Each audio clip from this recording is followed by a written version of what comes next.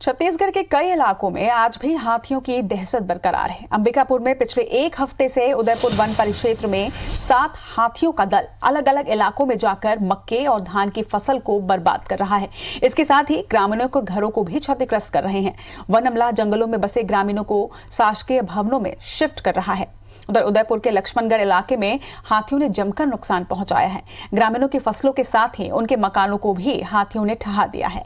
ग्रामीणों ने भागकर अपनी जान बचाई, तो वहीं महासमुंद में हाथियों की दहशत आज भी बरकरार है। हाथी काल बनकर यहां मंडरा रहे हैं। आज सुबह मॉर्निंग वॉक करने निकले 2 बच्चों को हाथियों ने घायल कर दिया।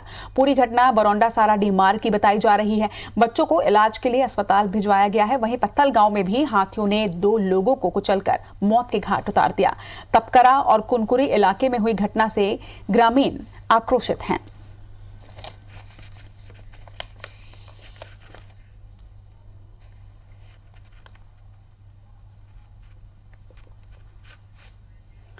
तो हाथियों का आतंक प्रदेश में कम होने का नाम नहीं ले रहा है। लगातार अलग अलग जगहों में हाथियों का आतंक जारी है। इस बीच वन विभाग भी हालांकि मुस्तैदी से काम कर रहा है, लेकिन सबसे बड़ी परेशानी ये कि हाथी लगातार अपना आतंक, अपना दहशत जो है वो फैला रहे हैं और इसकी वजह से फसल तो बर्बाद हो ही रही है, लेकिन इसके साथ साथ लोगों को अपनी जान भी गंवानी पड़ रही है। पत्थल गांव में 2 लोगों की मौत हुई है हाथी के हमले से, तो वहीं इधर महासमुंद में भी मॉर्निंग वॉक पर निकले 2 बच्चों को हाथियों ने घायल कर दिया। इधर अंबिकापुर में भी हाथियों का आतंक थमने का नाम नहीं ले रहा है। अंबिकापुर में हाथियों ने फसल को नुकसान पहुंचाया है। 3 तस्वीर इस वक्त आप देख रहे हैं हाथियों के दहशत की। ये 3 तस्वीर महासमुंद, पत्थल गांव और अंबिकापुर की, जहां पर 2 लोगों पर हमला किया हाथी ने। एक जगह 2 लोगों को मौत के घाट उतार दिया। वहीं एक और तस्वीर में आप देख रहे हैं कि किस तरीके से फसल जो है वो बर्बाद हुई है। अंबिकापुर, महासमुंद और पत्थल गांव की ये तस्वीरें, जिनमें साफ तौर पर देखा जा सकता है कि प्रदेश में हाथियों का कितना आतंक है और हाथियों के आतंक ने किस तरह से न सिर्फ फसलों को बर्बाद किया है, बल्कि इसके साथ ही प्रदेश के कई लोग अपनी जान हाथियों के हमले में गंवा चुके हैं।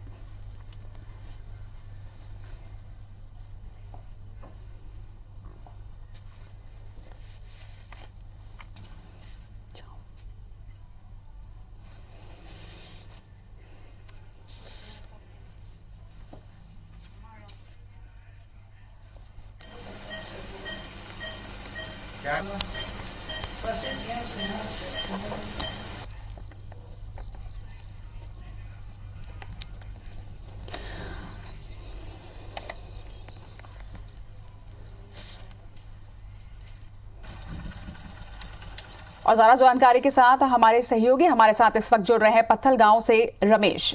उनसे ज्यादा जानकारी लेंगे। रमेश, हाथियों का आतंक जो है वो थमने का नाम नहीं ले रहा है। लगातार हाथियों का हमला जो है अलग अलग जगहों पर हो रहा है और पत्थल गांव में 2 लोगों को अपनी जान भी गंवानी पड़ी है।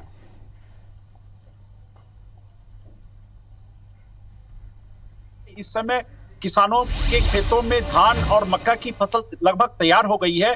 इसकी देखरेख करने के लिए ग्रामीणों को अपने खेतों में जाना पड़ रहा है, लेकिन हाथियों का दल उन पर आकर हमला कर दे रहा है। इसके साथ साथ उनकी फसल को भी रौंद के नुकसान कर दे रहा है। आज तपकरा वन परिक्षेत्र और कुनकुरी वन परिक्षेत्र में हाथियों के हमले से एक महिला सहित 2 लोगों की जान चली गई। इसी दौरान एक युवक ने बड़ी मुश्किल से भागकर अपनी जान बचाई है, लेकिन हाथियों का हमला लगातार जारी है। इसके बचाव के लिए वन विभाग भी कुछ भी उपाय नहीं कर पा रहा है। क्या अब तक वन विभाग की टीम की तरफ से किसी भी तरीके की कोई सुरक्षा की व्यवस्था वहां पर नहीं करवाई गई है रमेश जी? दरअसल ये हाथियों में पहले कॉलर आईडी लगाई गई थी, इससे इनकी गतिविधियों की जानकारी मिल जाती थी, लेकिन अभी हाथियों के दल, किसी भी दल में कॉलर आईडी नहीं लगी हुई है। इससे इनकी गतिविधियों का वन विभाग को पता नहीं चल पाता है। इसी की वजह से हाथी कभी भी किसी भी गांव में पहुंच जाते हैं और गांव वाले जब पता चलता है जब हाथी गांव में पहुंच चुका होता है। इसकी वजह से हादसों को बचा पाना बहुत कठिन हो गया है। निश्चित तौर पर ये एक बड़ा चिंता का विषय है कि कॉलर आईडी के ऊपर प्रशासन ने, सरकार ने करोड़ों रुपए खर्च किए कि जिससे कम से कम पता चल सके कि हाथी किस ओर है और वहां पर उस क्षेत्र में सुरक्षा की व्यवस्था बढ़ाई जाए। लेकिन कॉलर आईडी के अभाव में निश्चित तौर पर कहीं ना कहीं परेशानी हो रही है। वन विभाग सुरक्षा की व्यवस्था तो शायद अभी वहां पर जिस तरह से आप जानकारी दे रहे हैं नहीं है, लेकिन और प्रशासन या सरकार की तरफ से किसी तरह की कोई कार्रवाई उस ओर की जा रही है? नहीं, हाथियों को लेकर वन विभाग गांव संबंध आसपास के गांव वालों को पहले सतर्क रहने की समझाइश देकर चले जाता है, लेकिन हाथी उस गांव के बजाय किसी दूसरे पड़ोस के गांव में जा पहुंचता है और वहां पर हाथी घरों में तोड़फोड़, फसल को नुकसान और कई बार जनहानि की भी वारदात हो जा रही है। 2 दिन पहले ही पत्थल गांव के समीप एक महिला को भी इसी तरह अचानक एक गांव में हाथी पहुंच गया था और हाथी ने उस महिला को रौंद के मार डाला था। यह हाथियों का हमला से इस अंचल में गांव वालों में काफी ज्यादा आक्रोश देखा जा रहा है, क्योंकि किसानों को न तो अपनी फसल बचाने को मदद मिल पा रही है, न उनकी जनहानि को रोकने के लिए वन विभाग कोई ठोस उपाय कर पा रहा है। जी,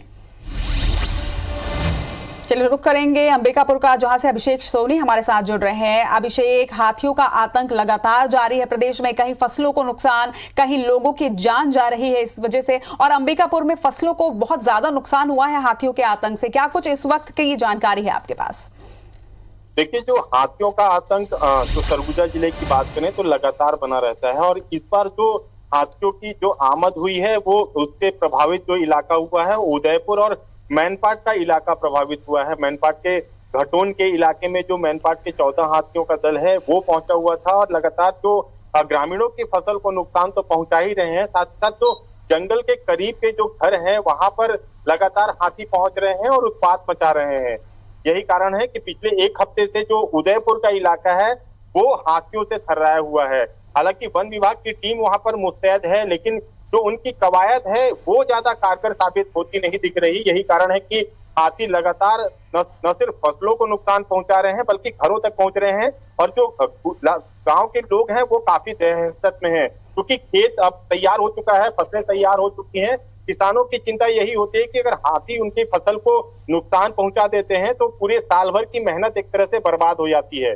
अब जब ग्रामीण अपने घर पर रहते हैं तो उन्हें रात को ये रत जगह करने की स्थिति बन चुकी है, क्योंकि वन विभाग का अमला हाथियों को खदेड़ने की कोशिश करता है, लेकिन जो जंगल से सटे हुए जो इलाके हैं, जो घर हैं, वहां तक लगातार हाथी पहुंच रहे हैं और उन घरों को तोड़ रहे हैं। अब तक ये राहत भरी खबर यही है कि कोई भी इससे जान मान का नुकसान नहीं पहुंचा है। हाथी जो फसलों को नुकसान पहुंचा रहे हैं, घरों को नुकसान पहुंचा रहे हैं, लेकिन जनहानि नहीं हुई है। उधर वन विभाग की बात करें तो वन विभाग का अमला लगातार ये कार्रवाई करने की बात कह रहा है कि उनकी मॉनिटरिंग की जा रही है, हाथियों को गांव से दूर रखने की कोशिश की जा रही है, लेकिन कहीं ना कहीं जो कोशिशें हैं वो नाकाम साबित होती दिख रही हैं। अब वन विभाग का अमला ये कवायद कर रहा है कि जो आसपास जो जंगल के आसपास घर हैं, जो सुनसान इलाके में घर हैं, उन इलाके से जो रहने वाले लोग हैं उनको दूसरी जगह शिफ्ट किया जाए, जो कि गांव में अगर कोई पक्के का मकान है, कोई शासकीय बिल्डिंग है, वहां पर उन्हें सुरक्षित रखा जाए ताकि जो जान माल का नुकसान है उससे बचा जा सके। वन विभाग ये कोशिश भी कर रहा है कि जो नुकसान हो रहा है उसका तत्काल जो आकलन किया जाए और मुआवजे की राशि दी जाए, लेकिन ग्रामीणों में कहीं ना कहीं इस बात को लेकर भी असंतोष है कि जो मुआवजा वन विभाग की तरफ से दिया जाता है वो पर्याप्त नहीं है। तो कहा जा सकता है कि हाथी को लेकर एक लगातार जो संकट है वो बना हुआ है, न सिर्फ फसल बल्कि लोग भी दहशत में हैं और अपनी जान माल को लेकर काफी आशंकित हैं। निश्चित तौर पर ये एक तरह से हल जरूर हो सकता है कि इस वक्त शासकीय भवनों में लोगों को शिफ्ट किया जा रहा है, लेकिन एक और हल जरूर ढूंढना पड़ेगा क्योंकि फसलों को शिफ्ट नहीं किया जा सकता। लिहाजा आप दोनों का ही बहुत बहुत शुक्रिया तमाम जानकारी